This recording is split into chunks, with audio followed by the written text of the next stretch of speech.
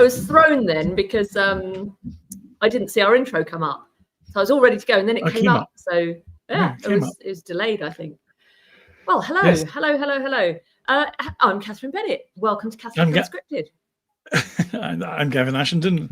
We're all out of sorts, Gavin, because it's just two. There's just two of us. Mark, very last minute, is unable to join. He's still in Gozo, which makes it difficult. But here we are, me still in dark, in the shadows. This is as bright as I can make myself.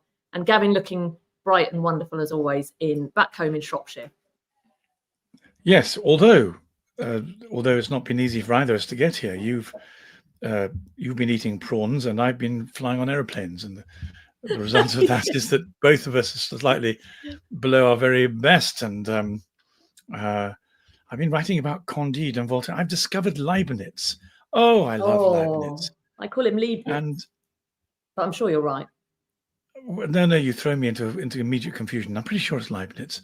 And I've just had the most theologically and intellectually happy 48 hours. I can go on about it. You're going to have to stop me going on about it, in fact, because it's just I've just been jumping up and down like a child at Christmas. So anyway, despite the fact that I couldn't think straight and I'm jet lagged, and I've been very sorry for you with your prawn poisoning. Prawn escapades. We don't need to tell our wonderful audience watching hello and welcome. Hello to all of our members. This is our usual Tuesday slot. So we will be with you Tuesdays, 7:30 London time, although I'm in France at the moment at my parents-in-law and recording from here, and will be next week with Mr. Mark Lambert himself. So he may appear to you in a separate cube, but he will be sitting somewhere near me as we record from France together. So yes, of course he's going to stay with you. Of course, you mean literally in the same flat. Literally in the same place. Forgive the slightly imperfect feed. I hope you can hear me okay. I hope you can see me okay. And we're going because we have people coming in. And as usual, this live slot is to take your questions and your comments and answer them to the best of our ability, which we will do. We've also got a few pieces of news and things that we will be writing and have written about this week. Forgive the fan blowing my hair, but it's very hot here. We'll go to your comments and questions. Oh, have you got hair envy, Gavin? I have. Well, not envy so much as envy is the wrong word. I think Sehnsucht, the longing rather than envy. Well, be careful what you wish for. Right. So we will turn to your comments and questions as they arrive. Keep them coming. We are with you. We're due to be with you for the next hour until 8:30 London time. But before we turn to our first questioners, Gavin, let's have a look at our Substack this week. So this is our YouTube, our website. And we've had a few articles published, which hopefully you're able to take a look at. If you are unable to see them and to see the videos there, do go to catholicunscripted.com and pick up a subscription. You can get a monthly rolling subscription or an annual discounted subscription. And when you do, you can read all the articles, saints of the day, and videos ad-free over there. So, Gavin, this week you have written about, and I've just seen somebody in the comments saying what a helpful article it was. You've been writing about lesbian archbishops, Gavin. Tell us about that. Well, actually, the thing I'm most excited about hasn't been published yet, and it's in response to Kemi Badenoch and the whole business of theodicy. And I could actually talk for the next 59 minutes about it. I'm so excited. But putting that to one side, I've been doing a video. Get down the beach. You could go down, sunbathe if you wanted to. But so it was Mark who persuaded me to do a video. He said, mate, he said, people are interested in this Welsh lesbian archbishop. And I said, I'm not. I put it all behind me. I know the lady. I don't want to do. I don't have anything to do with this. But I introduced a reason for doing it as I remembered how upset I was when I was on the day I was received into the Catholic Church, because I went into the place where we have coffee in the Shrewsbury Cathedral, and there were two very long-standing Catholic ladies there, and they said, "Well, congratulations on coming across, and we're glad to have you, obviously, and welcome. And how do you take your tea, and what kind of biscuits do you like?" And then they said, with a sort of degree of I don't know quite how you describe it. We don't quite know why you've come, because you had women priests, and we want women priests. And I very nearly banged my head on the table, thinking, this has been a difficult journey. I've got here finally. And the first thing I hear from these people is how they want women priests. And I thought, oh gosh, this is going to be difficult. And to some extent it has been, because we have an uncatechized, secularized laity. Many of them express their generosity by making tea and coffee after the service where you meet them. And I was just so incredibly disappointed. I wanted to say, have you no idea the rack and the ruin of the ecclesial community I've left behind because of feminism? And don't you want, do just not, I was completely at loss for words. So one of the reasons for doing this video on the ordination of a lesbian archbishop is to try and put in accessible words in the friendliest way possible. Otherwise people accuse you of being homophobic. The reasons why this is a disastrous thing, because there will still not amongst many of our members, but our members will have friends, and they'll also drink tea and coffee after the service, and they will also come across uncategorized secular Catholics who will also say, if only we made no distinction between men and women, if only we bought into the to the wonderful, fruitful, generous philosophy of feminism, of equal outcomes and de facto Marxism, wouldn't the church be a fairer and better place? And of course, it's such terrible, terrible, destructive nonsense that I said to Mark, okay, let's do it. Let's represent the issues as we understand them. And so I put them into a video, and it's had about 2,000 views. And thank you for all those who saw it. And some interesting comments. People are energized by the content. Yes, it's very good. If you haven't yet seen that, do take a look. Do visit. You can check that out on YouTube, or indeed on our website on Substack. Just keep your comments and questions coming in. You confused me a little there, Gavin, because you began by talking about theodicy and Kemi Badenoch, and then went on to the lesbian archbishops. I don't know if you meant to, but you sort of stopped in your tracks. And I, before you go on further with that, you've got an article in the offing. We must draw attention to Mark's fantastic article on that very subject, which once again can be found on our website. So he wrote about Kemi Badenoch's comments in a recent interview, saying that she lost faith in God. The flame of faith was extinguished when she read about the Joseph Fritzell case, which of course was the awful case of the father who abused his child and locked her in a cellar. But he did it in a particular way, from a very personal perspective, as one who has a huge cross to carry and the suffering of having lost his daughter. So I would definitely encourage those people who haven't yet read it to read that. But are you now writing do you want to now talk about the article you're planning to write with a slightly different perspective on that coming up? Well, only if I was just saying that having been writing about it and thinking about it, I found myself immensely theologically stimulated by it, because it put together. So I'm afraid my position is one of dry of dust theology. It doesn't have the magnetic and human depth that Mark's article has, and so it's an attempt really to deal with the ideas behind it rather than the experience. Actually, in that sense, it's very similar. So Mark is channeling Dostoevsky, and I'm channeling Leibniz.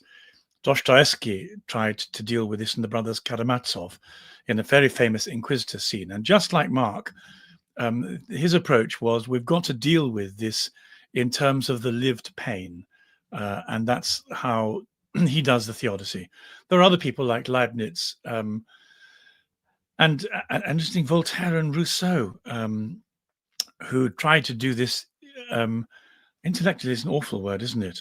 Thoughtfully, in terms of the thought categories. So I've been trying to do it thoughtfully, but one of my reasons for my excitement is the rediscovery of Leibniz twice, 3 times. Once when I was 15, when I first met him, and then when I met him about a year ago reading They Flew, and now reading him again. And so I'm afraid I get terribly excited by ideas. I'm very bad with people and have no empathy whatsoever for human beings, but ideas I get thrilled about, and so I'm in the middle of being thrilled at the moment.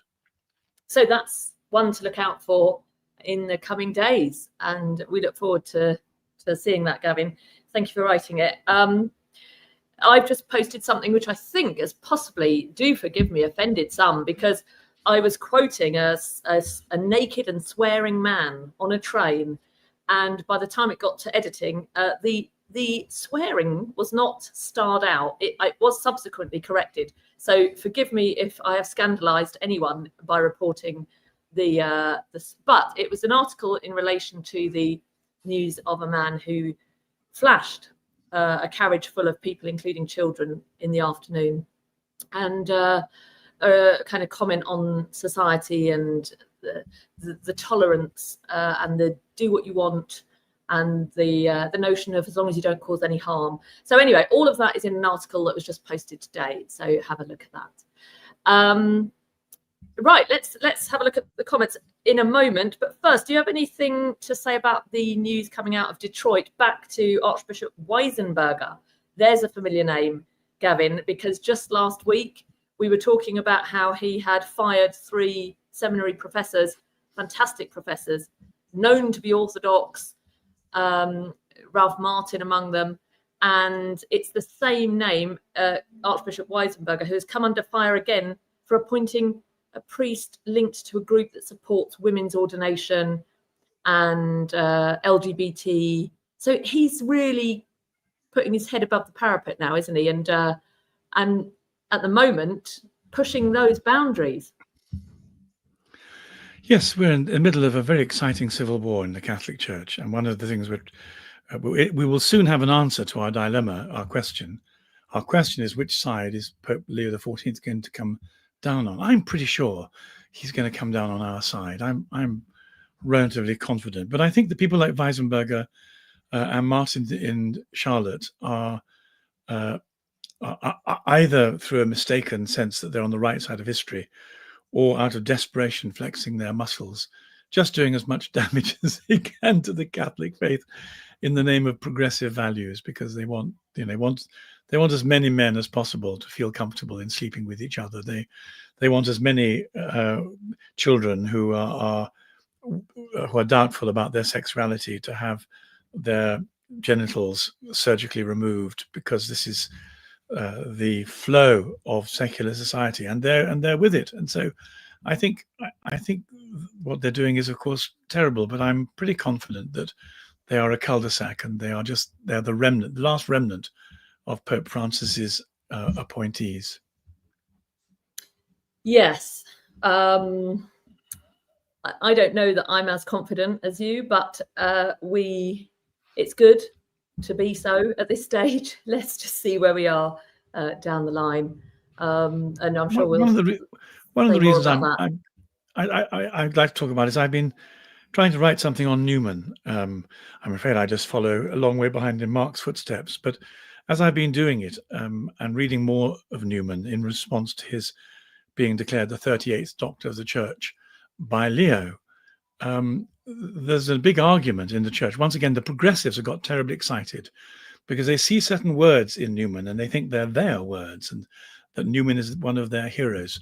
But as so often, they haven't read enough. And so when they see Newman writing about conscience, they think, oh, this means we can do what we want. I've also discovered, but much too late in the day, the extraordinary exciting debate about paragraph 303 in Amoris Laetitia, where Pope Francis appears to say some things about the conscience that are sub-Catholic. But the point about this is that there are 3 areas in which Newman is profoundly conservative. He uses the word liberal, and people don't understand that that liberal for him is relativistic.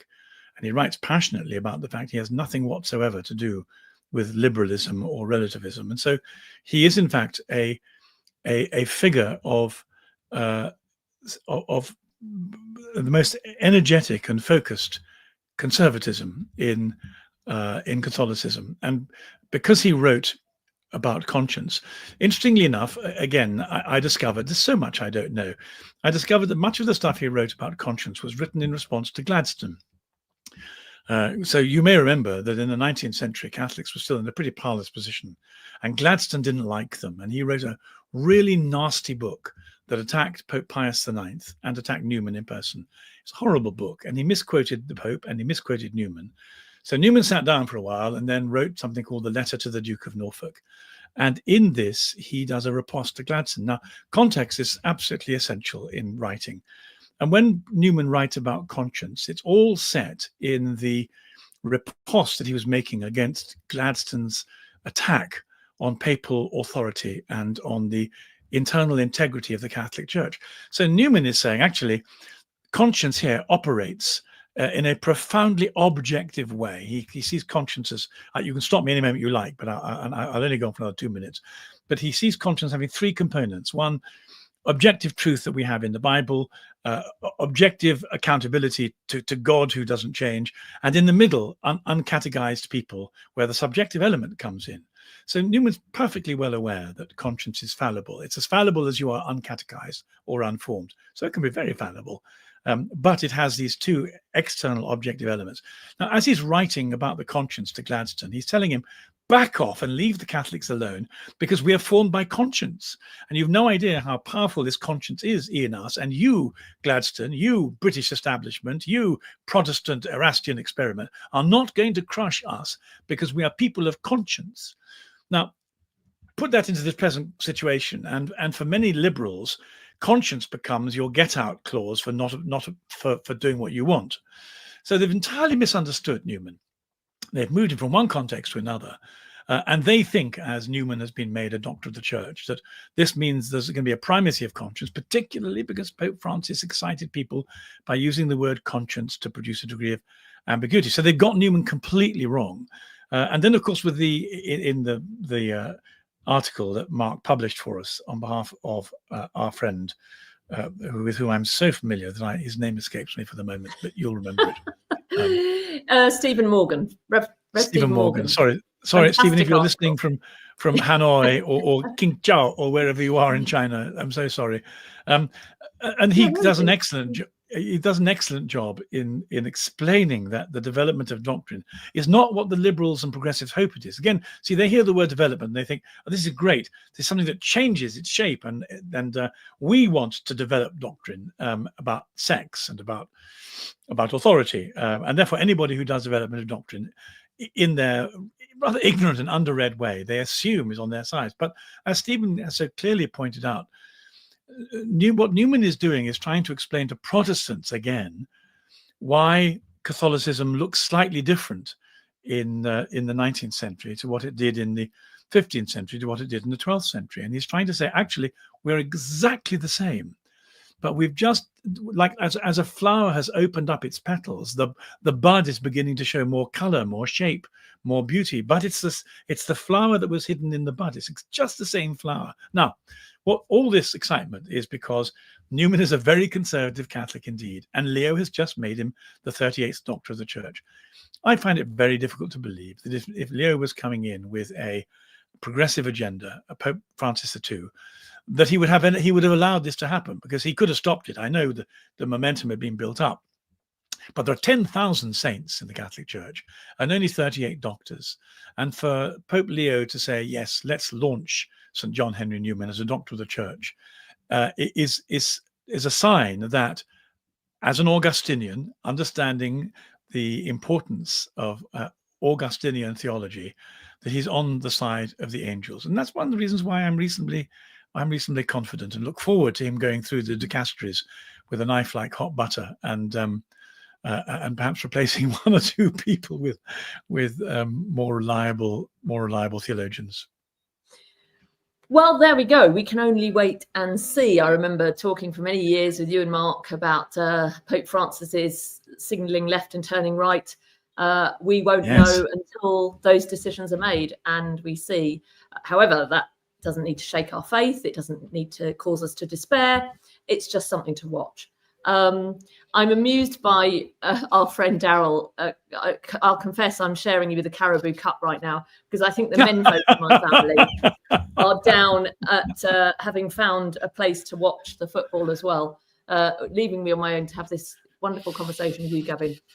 So do I need to feel my masculinity under threat because I don't know what the Caribou Cup is? Oh, good, because I don't. I'm not sure I care very much. Maybe if you didn't know what the Champions League was, it might be. But no, I had no idea what the Champions League is. But I can tell you all about Leibniz and Saint Joseph Bernardino and Candide and Rousseau. And I did say changing sides. Sorry, go on. We do talk often about Rousseau and Leibniz and. They all come up because it's all to do with the recognition of the degradation of our culture. And there's always a reason to throw, Rousseau in, of course. We'll come in a moment, but you did just say something that made me think, that's it. It's the feast day of St. Clare. And I did say to my daughter, whose feast day is my little Claire, my little Clara, so that I would say happy feast day. So I'll say that before I forget. So happy feast day to my little Claire. On this feast day. And if you'd like to read more, I'm mentioning it because we put it there for you so that you find it valuable. There is some information about St. Clare on our website. Right. So there was something else here I wanted to pick up. Yes. Somebody was saying, Rosie, here we are, Rosie 2020. Everything we held to be true and good and right is now being torn down and the foundation of our society eroded. And you end up fearful for the future and fearful for the world your grandchildren inherit, of course. To that, I think that's a natural response to the chaos and the incoherence we live with at the moment. But I'd like to, first of all, say that we must never lose hope. There are great signs of hope. We had a lovely conversation on Catholic Unscripted just a couple of weeks ago with Piero Finaldi from the Catholic Truth Society about the We Believe festival over here. And there are these little pockets of great hope, and something to read back over on the website is this wonderful article by our friend who we share, don't we, Gavin? And each time I think we all spell his surname wrong. The Catholic Church made England and only she can remake it anew. And this is Ed Maciejczak. That's a Polish surname. We're great at saying it, but can't. You could, yeah.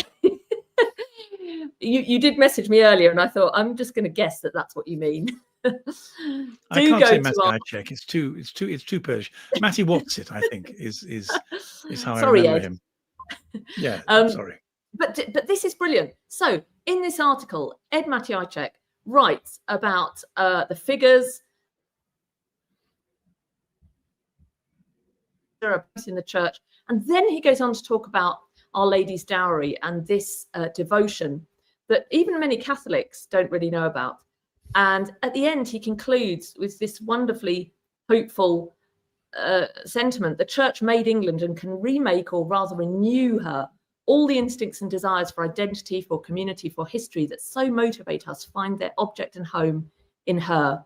I believe the next 20 to 30 years will see our reshaping in such a way as to demand and require our church to play its role as a national church, presenting to us the elements of our nature, our national character, and our history. The need is there. It is the only candidate now. We should rejoice in the privilege of being part of it.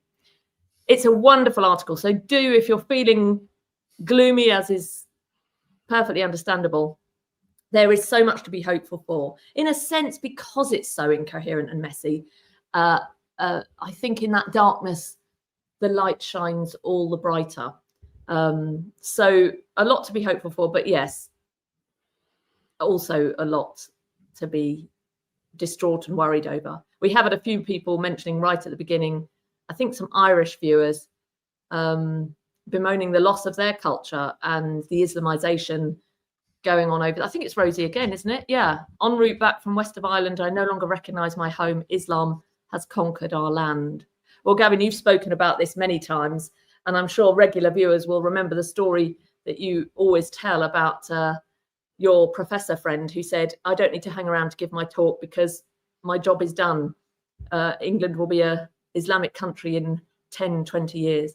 So you can well understand, can't you, Rosie's concern? Yes, I can. I think actually that's the point where, although I was limbering up to be very affirmative about the danger to our society and not to worry, that's where the worry catches me, because I've always thought that the demographic pressures that are in the UK are now irreversible. And I don't think I have no idea whether I'll live to see it, but I feel for my children. I don't want my children. I think probably as Catholics, we can commend ourselves to God. I'm much more worried about judgment and purgatory than I am about Hampstead Heath and a white London. But nonetheless, I worry that my children may find themselves. Are they having loads of kids, Gavin? At the moment, I have one grandchild of whom I'm very proud, and so I expect great things of them, Catherine. How are yours doing? Yeah, well, mine are much littler than yours, but I think that I was listening to Jonathan Pajot speaking with his Orthodox priest about marriage. They have a conference at which Archbishop Salvatore Cordileone is speaking, wonderful Cardinal Archbishop in San Francisco, of all places, who has done a lot to defend marriage over there. And one of the points they were making, I think it was a really, really important and beautiful point, but it is hard to hear in our culture. They were saying there's this sense of you've got to, marriage, it has lost its status. First of all, with same-sex marriage and trying to equate it with natural marriage. I mean, there's no such thing as same-sex marriage.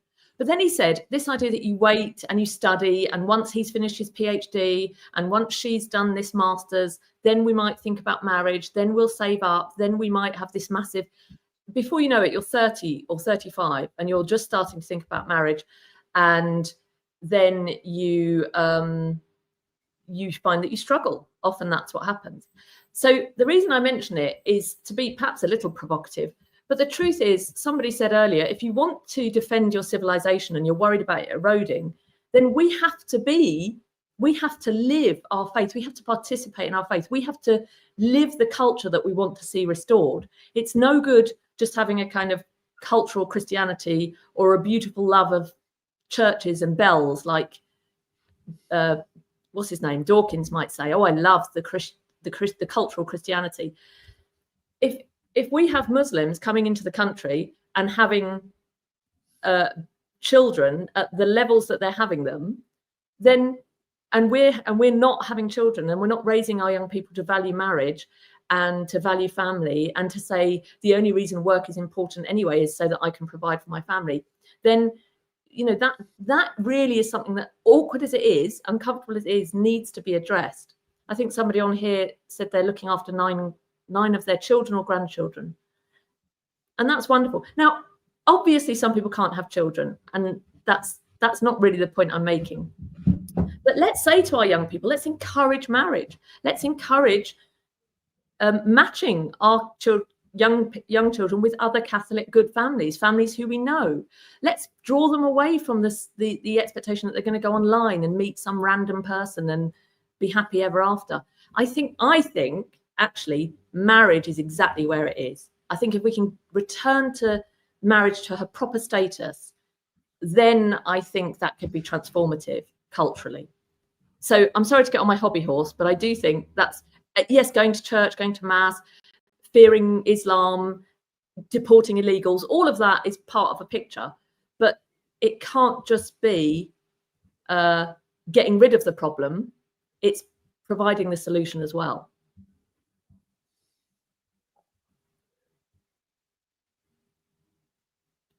6 grandchildren. So that's my 2 pennies worth. Question for Gavin.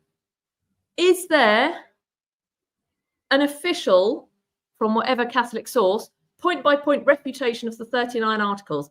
I'd like to include it in a BCP patterned ordinariate missal for the faithful. Gavin, that's definitely a question for you. Pablo, it's a very interesting question. The thing about the 39 articles is they are a Protestant revulsion against Catholicism. In other words, there are people throwing mud at the wall. I'm not sure the wall needs to respond because the mud washes off. So what the 39 articles do is they say, looking at the Bible as we have been taught to do, we don't find what the Catholic Church teaches about, and then they list a number of things: purgatory, the Mass, the saints in the Bible. Consequently, we repudiate Catholicism. I don't think we need to repudiate the repudiators, but there are 1 or 2 things you might like to know about the 39 articles. I mean, so, for example, although they say they don't like the Mass, they don't have an alternative. There is no agreed Anglican doctrine of Holy Communion, because Anglicanism was a coalition of different Protestant groups, stretching from Luther, who thought something happened, to Zwingli, who said nothing happened. And so you can see that you can't have a common mind in that. There are other things that you pick up as time goes by. I was astonished when I read through again as a Catholic to discover that the 39 articles say, we believe in the general councils, the ecumenical councils of the Church, but not all of them. And we're not going to tell you the ones we don't believe in. And so you think, what kind of serious church tells you that it believes in the general ecumenical councils, which of course for Catholics and Orthodox have complete authority, because it's the whole mind of the Church coming together, saying some really important things. I mean, like, for example, declaring Our Lady Theotokos, which the Protestants just hate. I think probably that's one of that's one of the things they don't like. But they don't tell you which councils they believe in. They just say, we want the privilege of being thought to believe in the ecumenical councils, but we won't believe in the ones that make us feel uncomfortable, and we won't tell you which ones they are. This is a level of, well, let's use the word puerile. I mean, it's very low grade stuff. So I think we just need to point out the fact that the 39 articles are a rather hysterical, uncoordinated hodgepodge of Protestant prejudice. And you probably also ought to know that there was a 38 articles and a 37 and a 36. And as you go back in the articles, some of them say Catholic things and some of them say Protestant things. They only stopped at the 39 articles because they ran out of steam under Edward VI. In other words, it wasn't a proper epistemological expression of ecclesial authority that everyone recognized. It was just a kind of political burping. And they gave their last burp under Edward VI, and then there aren't any more burps after that. But the last burp is no more authoritative than the one before it or the one before that. So, one has just had to say, who do you think you are? And where does the authority of this nonsense come from? And have you changed any of your mind? Have you changed your mind? Because when I was an Anglican and discovered that to get ordained, we had to assent to the 39 articles, there were a group of us and we looked at them and we all had very different reactions to some of these things. And some of us said, well, there are at least 3 here I can't cope with. And some said, there's 10 I can't cope with. And the answer was, well, you just have to assent. And if you don't know, and if the very, very worst, all you need to do is to recognize that they were once upon a time written. And that'll do for assent.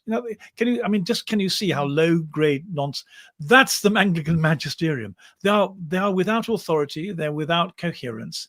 They're just a bit of sort of theological halitosis that erupted at some particular point in the 16th century. And the Anglicans don't take any notice of them, and perhaps the best thing you can do is to point out to the Anglicans that they don't believe in them. So why should we? But anyway, I mean, you can mock them as much as you like, and I'd be very happy to help you continue to mock them. But the fact is, none of the Anglicans believe in them, and they have no, they're a moment of historical ineptitude, which has been followed by other moments of historical ineptitude. Teasing is the best way, just like Newman did in track 90. Tease the heck out of them. It works awfully well. They really don't like it. You have been reading. Right, we've come to more questions from our Protestants in the chat who have questions for you, especially Gavin as a convert. But let's just pick up on a couple of brilliant comments. I totally agree. The crazy Englishman. As Catholics, we run the risk of trying to save the culture rather than saving our own souls, rather than saving souls.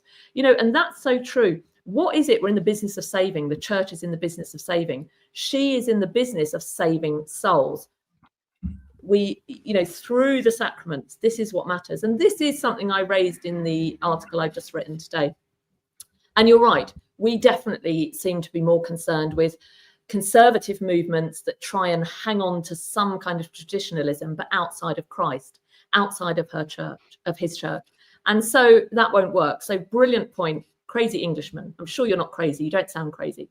And Daryl again, quite right. It's not just marriage, but it's the whole thing. It's the destruction of family. The greatest violence against the poor has been, sorry, I'm picking these up, replacement of the nuclear family with welfarism. Absolutely. This state dependency, you make yourself dependent on the state. You're wedded to the state. And that's where we've moved from wedded to one another, one flesh, to individuals atomized, wedded to the state. Totally right, Daryl, and thank you for saying it. Let's go back to, and thank you for your comments. Thank you, Kieran. You say you've followed that advice as well and agree with your own children. Let's go back to, I saw here another question for you, Gavin. Forgive me, because I have to scroll back. Quick, I want the word Protestant to jump out at me. Here we go. A question for Gavin. I'm a practicing Anglican in the Anglo-Catholic tradition. Boo hiss. Well done. My question is, I'm really struggling to let go and make the leap. Any advice, please? Well, yes, don't be hard on yourself for struggling. It's incredibly difficult. I think it's one of the most difficult things in my life. The thing is there is a certain amount of comfort, privilege, and belonging. If you've been nurtured in a community, an ecclesial community, you've got used to it, warts and all. It's been your family, and in the same way that people don't like whistleblowers, they don't always like converts. They're a bit suspicious of you when you arrive. I've got lots of friends who are struggling very hard to leave Anglicanism because it's a bit scary and you don't quite know where you're going to land when you arrive. I think the reason that there are two issues for me that are central to it. One is authority, and the other is the Mass.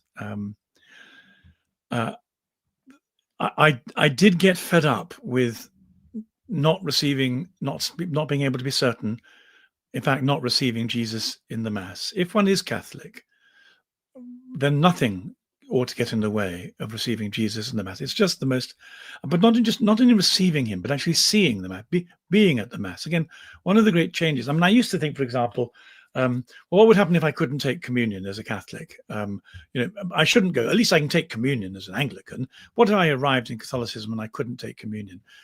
My views completely changed. I just want to be at Mass. I want to see the Lord lifted up. I want to see the elevation of the host. My getting to receive him it's an additional thing. It's the triumph of the resurrected Jesus through the Passion. And the thing is, when the epiclesis is prayed by a Catholic priest, it's certain our Lord does the miracle. As an Anglican, it was certain he didn't. And so there's only so long one can live with the certainty that he's not doing anything. If you really do call yourself a Catholic and you want the certainty that he is doing something. The other reason it's really very hard is because one gets used to the privilege of making up your own mind, obeying your own rules, essentially creating your own ecclesial culture. Issues over divorce, sexuality, ethics, other moral issues. You just, as an Anglican, you get to paint by numbers and make it up as you go. The moment you become a Catholic, you have to accept all of the catechism, all of Catholic social teaching as a matter of conscience and obedience.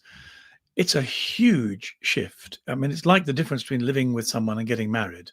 The commitment, which you can't get out of, it's a big shift. And in the same way that people talk about the way a relationship changes from when you stop cohabitation to when you sign up for good, it's a similar but even greater shift for stopping being an Anglican and becoming a Catholic. So don't underestimate it. I'm afraid I had to be pushed and bribed and lured by God into a corner where finally he appeared to be offering me all the goodies that I wanted, and then I said yes, after which he then said, well, you're not really going to have them, but I'm giving you something better.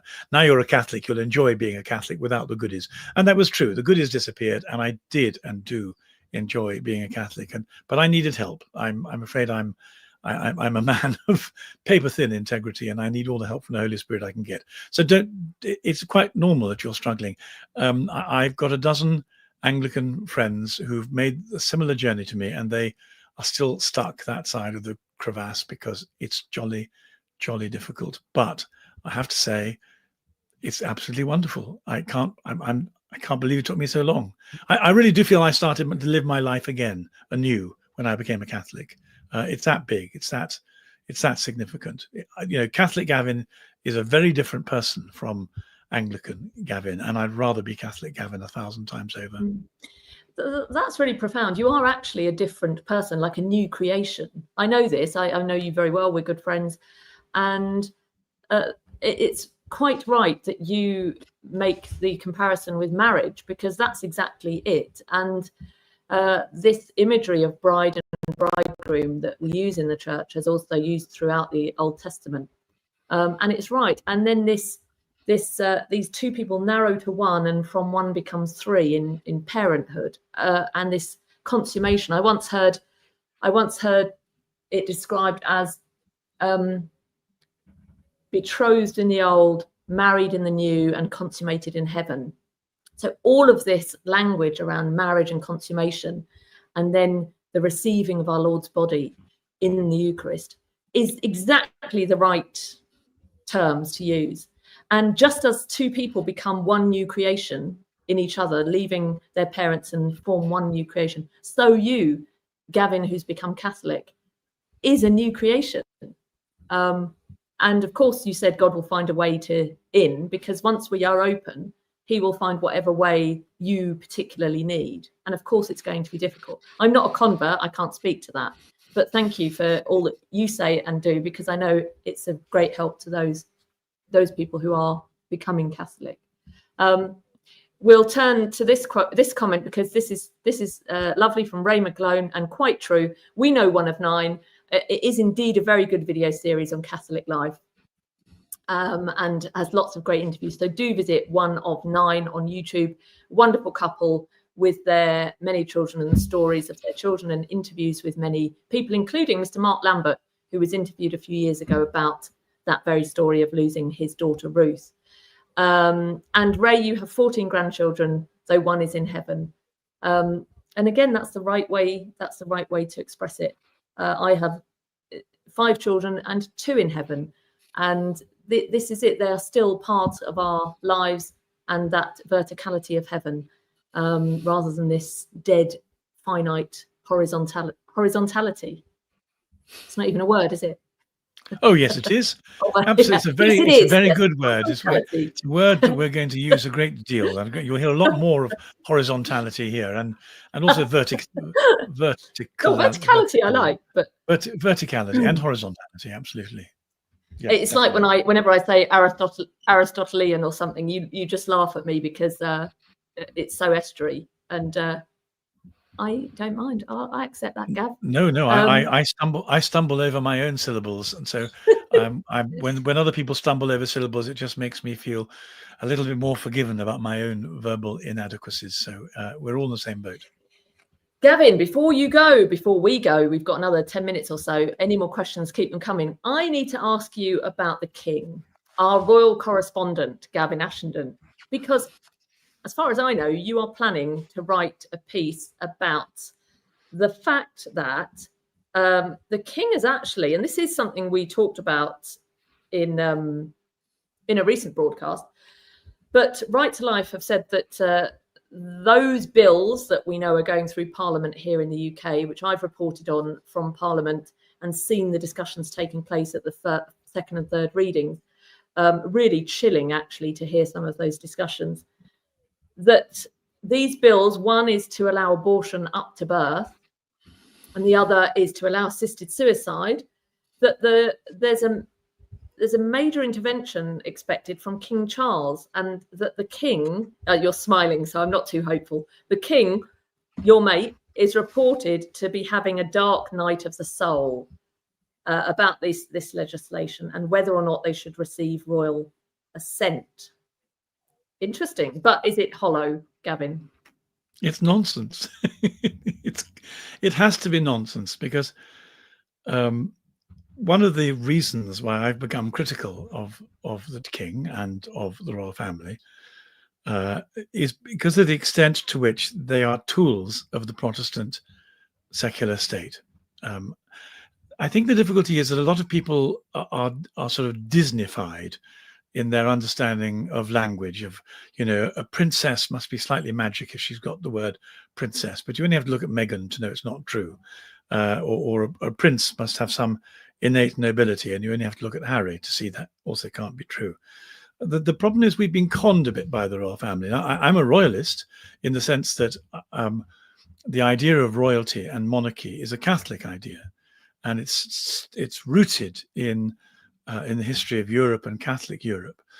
But I expect some of you probably know that when King Charles is called Defender of the Faith, this wasn't the same title that was given to Henry for refuting Luther.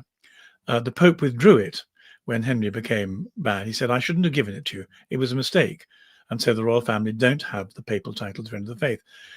Parliament, on the other hand, was so cross that he withdrawn it that they decided that they would make the King Defender of the Faith. He is, in fact, defender of the Protestant faith because Parliament said so. And it's on our coins, not as the Catholic papal complement, but as an imitative, hollow copycat thing. And it's this imitative, hollow copycat thing that I think is so degenerate. And the problem is that in 1688, and this could get so boring, but it is quite interesting. We don't have very long left. But in 1688, there was something called the Glorious Revolution. It wasn't glorious, but it was a revolution.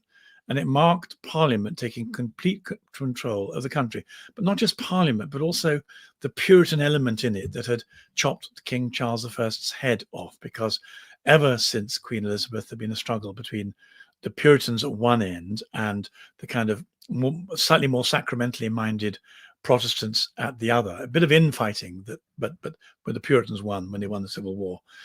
So they tried to find a balance in English constitutional terms. And when James II said, I want to be a Catholic, let me be a Catholic, they put him in the Tower of London and they left the door open and said, run away. We don't want to have to kill you. Just run away, will you? Go and be a Catholic somewhere else, but you can't be a Catholic here. So he ran away to France. And that solved the problem, except they didn't have a king.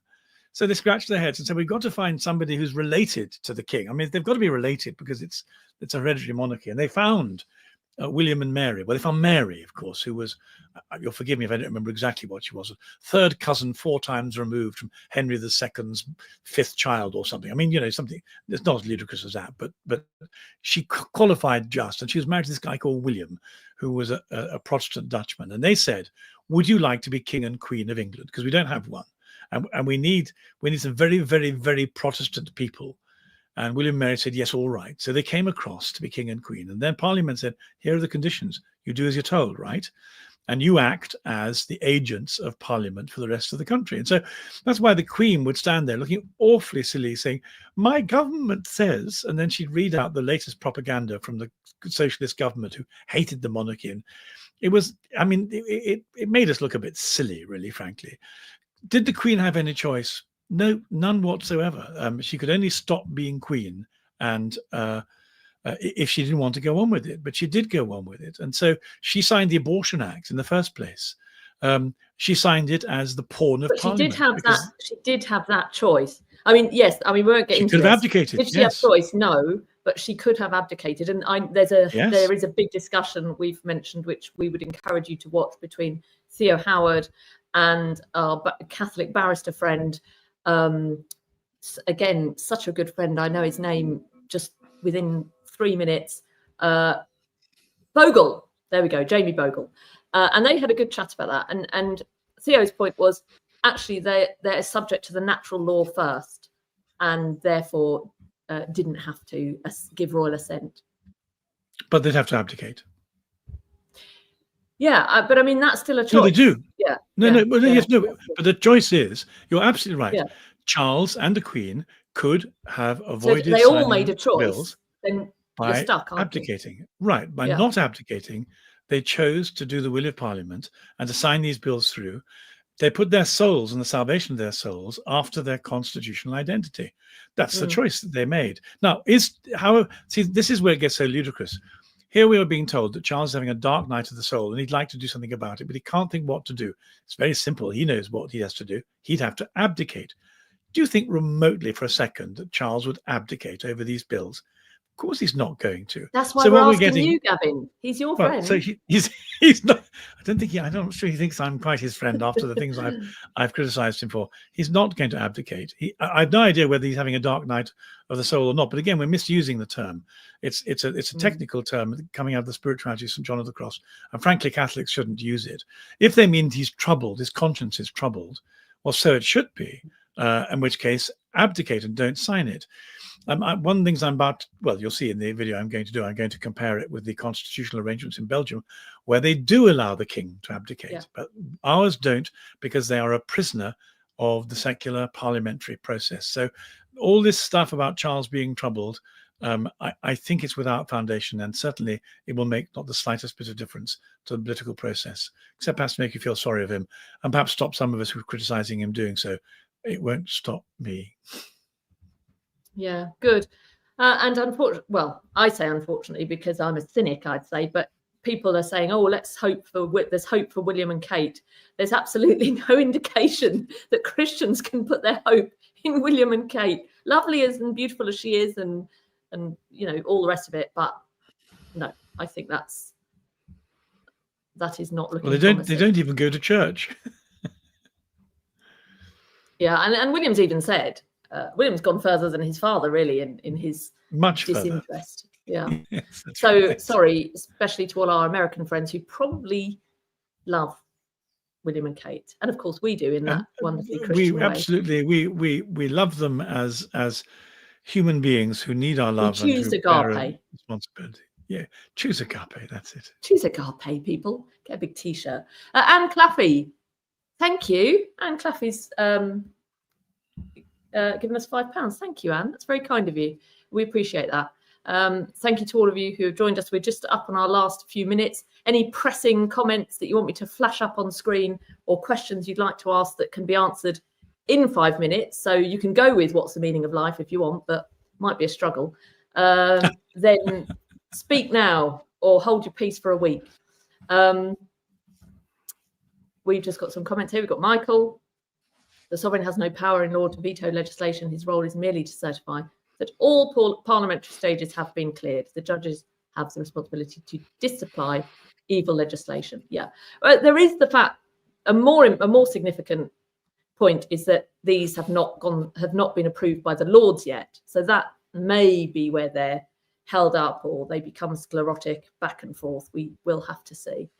But please God. In one sense, though, this is just the just end of the culture we live. So although it's awful, it is not unexpected from the way in which we live. Okay. Thank you for clarifying, Gavin, and that's from Lisa Evers. Shara is saying, I'm afraid, Gavin, you're going to be disappointed with the Pope, as all he's talked about is Francis and the progressive agenda and climate change. Well, as I said at the beginning, Gavin has made his peace. I'm just holding thing, we're just going to hold off. I think he's certainly more polished, and dare one even say sane. Can we say that, Gavin? Than we Francis, can, but can I say something we'll have to wait and see. Irenic, and that is that one of the things that Leo has to do is he has to defend the papal office. And if he attacks or disassociates himself too much from Pope Francis, he damages the papacy. He damages himself, in fact, as well. So so whether or not, we don't know, you're quite right, we don't know the answer to the question yet, but we do know that he's not going to distance himself very publicly from Francis because he's the Pope. It's not his job to be rude about his predecessor. So if I'm right, and I may not be, but were I to be right, it wouldn't involve him distancing himself from Francis. Actually, I think he's a very consummate diplomat. I think what he'll do is he'll identify with Francis in public, but in real life, he'll make some harder decisions that overthrow the infrastructural toxicity that Francis introduced. But let's wait and see. I mean, I hope I'm right for the good of the church, but I'm often wrong. And, this is an exciting moment. We'll wait and see. We'll have to wait and see. We don't know. Some comments there. I've flashed a few up. Somebody said they think perhaps Kate's become more religious after her illness. We don't know, but yes, well, we've heard the same thing. People write about it. I mean, if you get cancer and you look like you're dying, you're going to ask some questions, perhaps for the first time in your life. I'm sure she's asked those questions. William looks a bit bemused to me, so if the questions have been asked, I'm not sure he knows what they are. But she has, and I think she's potentially a very grown-up woman. The hope, pray for her, because the hope would be that if she becomes a Catholic, then that the men usually come where the women that they love are Catholic. So pray for her to become a Catholic. That would be the way forward. And some encouragement to end the show, Gavin, for you to go on, keep hammering them nails into the Anglican coffin, sending manly hugs. That's from our crazy Englishman. Thank manly you. Hugs, greatly happily received, and manly hugs reciprocated with a certain kind of masculine flinching. That's lovely. Lovely. Well, I'm sorry Mark wasn't able to join us this evening. He is still away, and he will be here with me in person and on your screens, please God, next Tuesday, same time, 7:30 London time. And we'll see what the following week ahead throws up. I'm planning to get up at 5 a.m. to drive up to a little mountain village and watch the sunrise. How about that, eh? If I do, I'll take pictures, Gavin, send them to you. I'm going to practice well-being and deal with my jet lag by sleeping in, so that I can be alert and bright-eyed and bushy-tailed for all the writing that I'm hoping to do for us tomorrow morning. But I look forward to receiving this very surprising pictures of the sun rising over the horizon that you are going to be in a position if I'm looking the right way. There is a chance. I do. I've got a telescope east, here. Catherine, My father-in-law's yes, exactly. Look east. Where's that sun? The kids always laugh at me when I had my father-in-law's telescope and was convinced I'd seen the moon and realised it was our neighbour's lamp, which was a big spherical, and they haven't let me live it down. So I'll do my best to look the right way and see the sunrise and share with you. Don't look at the sun too much. It's very bad for the retina. No, my eyes are done for anyway. Mark's on holiday in Gozo. Do look at our channel. You'll see some videos that he's posted of his time there, and some of the churches and the special places and the fiestas and so on, and the feast days. I'm here later this week. We have we're visiting some beautiful churches, and I may share a few snippets. I find it a little awkward filming in churches, but I'll try to share a little from the places that we visit here with you as well. But we'll be back next week. And in the meantime, some of the things that come up in these chats prompt us to then write in more detail in our articles. So if there's anything you'd especially like us to write about, let us know, and we'll take on board some of the comments you've made here and develop those threads of thinking into fuller responses, which you can find on catholicunscripted.com. Please do support us if you are able to. It's so helpful. It's really the best way to help us, and we hope that you find it valuable. So take a look and pick up a subscription. One of the ways you could help us is introducing your friends to our £5 subscription and say to them, this is something you might be interested in. And I myself think that what my colleagues write is really first class and wonderful. And I know that there are lots of fans out there think so too. So thank you. You're here because you're supporting us already. Thank you very much. Consider if it's at all possible spreading the word a bit for people who don't know yet. They might be pleasantly surprised. Yeah, thank you. Well, thanks for joining us. Go and enjoy the football if that's possible, Daryl. I know it doesn't sound like it is. And we'll see you next week. Thanks all for joining us. Thanks for watching and supporting us. God bless you all. Bye.